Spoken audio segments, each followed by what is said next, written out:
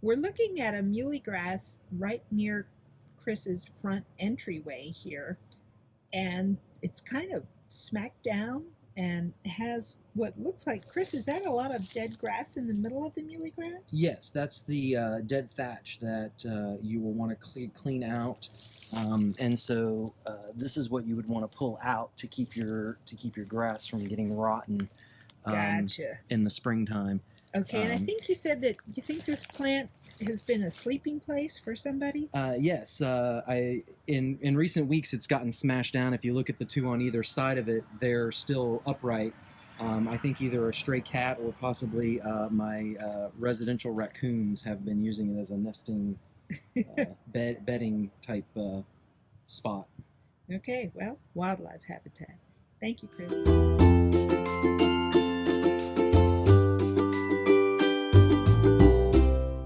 This is Florida Association of Native Nurseries. We're here with Christopher Waltz, homeowner and native plant enthusiast, at his home in South Brevard County, where he has some really spectacular looking muhly grass in his front yard landscape. It has a bed of muhly, and it's December 4th, and the muhly grass is not really pink anymore. It's now kind of a golden color, but still lots of flowers, and Chris is going to tell us how he keeps his muhly grass looking this good. Basically what I do is in the springtime I cut it back just below the flower inflorescence, and then basically dethatch it, pull all the dead brown grass out of the middle to keep the core of the plant from getting too much moisture and rotting. And I believe that is the reason why my muhly grass that you're seeing right now is so full and lush. I'm keeping that dead thatch out of the middle, which is giving it good growth during the growth season, and you're not getting that sporadic growth like a lot of times you'll see in medians and community plantings around town. They're just basically whacking it back and they're not dethatching it, so they're not getting good growth during the growing season. And what are the benefits aside from, I think it's really very attractive? What are any other benefits of maintaining it like this? For me in my yard per se, I've actually had rabbits nest underneath of it because I have a massive clump here. So I actually have there's a total of 11 muhly grass planted in here, and I've actually had rabbits nest under there during the fall and winter, and I've actually had some Carolina wrens that have nested in here. Carolina wrens nesting in there. Mm-hmm. And I understand that bees and other pollinators can roost on the grass stems. Yes, they can roost, and I've actually seen out here, because the flower stems are actually hollow on the inside, and you'll see late in the winter and early, probably around the January, February, March area time frame, you'll see little wasps. And they're actually laying their eggs inside the hollow stem of the flower. Chris, I think you pointed out to me that this is a great time to collect seed. How do you know when the seed is ready, and how do you collect it? Well, basically the seed is pretty much already in the flower once it turns to the pink. And it's actually I don't know if you can see it on the camera, but it's actually these little tiny things that you see in the little hairs here are the seeds. And once it goes from the pink stage to this golden brown stage, it's pretty much ready for seed harvest. And collecting seed of muhly grass is really easy. You just take your finger, maybe your index finger and your thumb, place them together on the lower part of the stalk, and basically just come upwards, pulling it, and basically just that simple, you've collected the seed. Wow. And you can sort that out and plant it in a little bit of soil and sprout some little muhly grass. Fantastic. And is there any particular time you would do that planting? You can actually, with the muhly grass, you could actually start the seed right now, and it'll sprout through the winter, or you could wait till the spring. Just keep it in a cool, dry place. Fabulous. Thank you, Chris.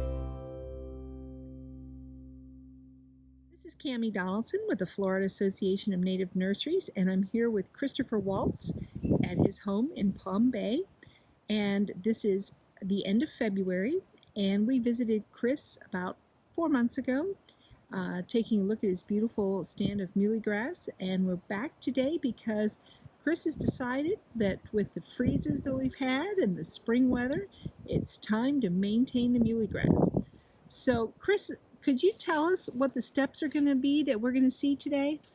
Yes, the first step is, and I use just a basic pair of clippers, and the steps are going to be, I'm going to clean up the muhly grass and bake it into a nice little round ball shape.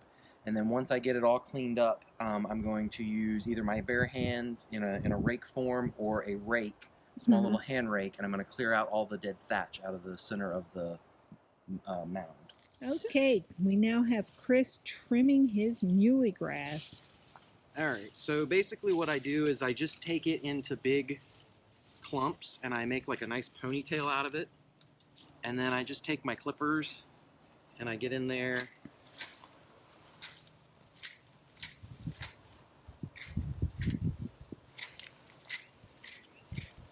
And just, cut it away from there until it all comes out in a nice little bouquet bundle. Mm-hmm. And I just keep doing that until I work my way all the way around the sides.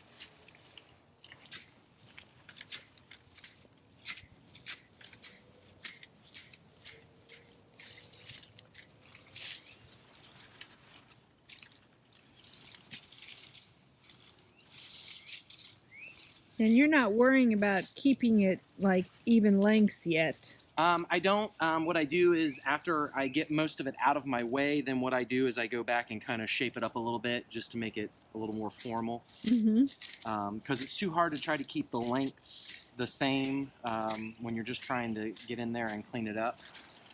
But you can see all the residue left over from the plume that's on the inside and the dead thatch.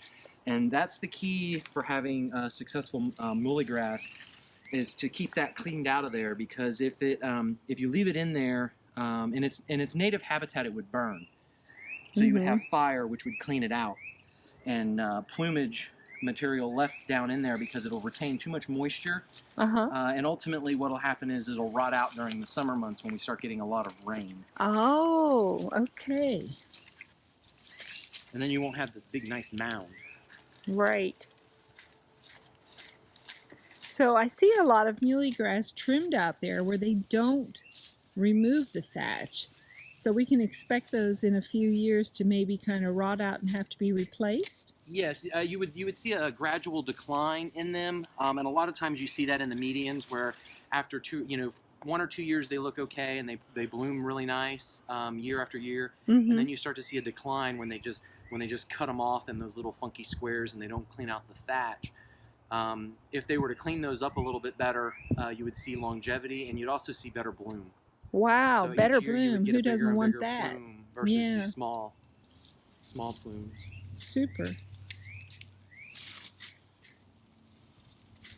And typically you do this anytime from the end of February into maybe even the end of March? Yeah, basically the spring months while it's still dry before we get too much rain. And it may vary because, in Central Florida or South Florida. So I would just say the best time to do it is usually during that dry season before the rains pick up.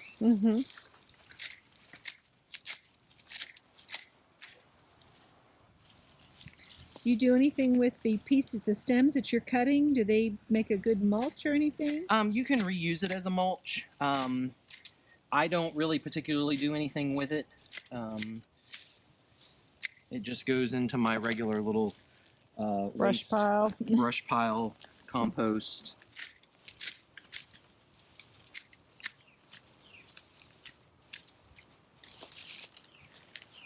Okay, so I would say that this is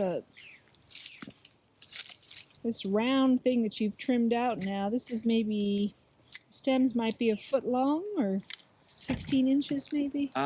As far as what's left, I would say at least somewhere between 16 and 18 inches. Okay. In Gotcha. height. The overall muhly grass itself is probably a good 30 inches diameter circle. It's kind of got a little bit of shape to it. Right. And then what I do is, like you see over here in this area where it's a little bit longer, I just pull that together and then just clean it up a little bit. Yeah. It's a little easier to see after you've right. kind of. But it does have worked already your a good way. shape. Yeah. a pretty good shape to it. Mm-hmm. And then once I get it to this level, Uh-huh. I get my handy dandy little rake. Okay, can you hold that rake down so we can see that? Okay, that's actually like a child's Yeah, it's toy like rake. a little toy rake or a little garden rake that you would use in like a vegetable or herb garden. That has a pretty short handle. Yeah, nothing super long. And then basically all I do is I just get in there and I just go through, and just like you were brushing your hair, you just get in there and... So you're going in quite a bit. Yeah, I get down inside. Right into the middle of it. Right down it, because you don't want that. Out. Okay.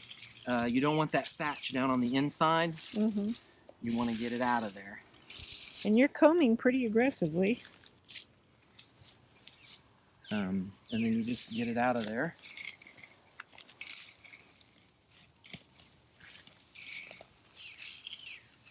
And you find all kinds of things. You find leaves. Mm-hmm. I'm interested why you're not using a rake with a longer handle. Would that be better or not? You could use one for a longer handle. Mm-hmm. I just think it gives me more control because I'm using both my hand and the rake. I'm kind of pulling it back and getting in there. Mm-hmm. Plus, I want to make sure that I'm getting down, and I just feel like if I had a longer handle, I would kind of be just sticking it down in there. Let's get a versus I'm trying to get down in there and get all of this. So everything that comes out with just a little bit of effort. Yeah, some green most is of the coming up, and mostly it's the brown stuff. Yeah, you will have some green that will come out.